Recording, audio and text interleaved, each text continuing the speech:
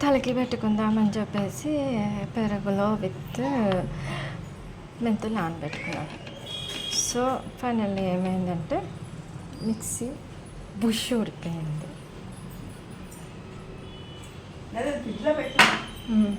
దాన్ని అలా సింక్లో వేసాం. నెక్స్ట్ బీట్రూట్ జ్యూస్ చేసుకున్నామని ముక్క తరగదు.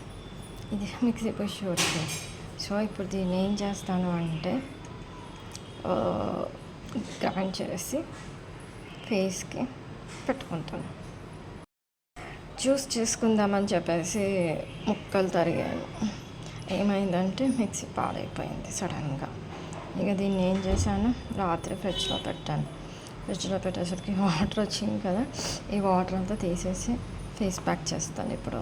సో ఫేస్ ప్యాక్ ఎలా చేస్తారో ఒకసారి చూడండి.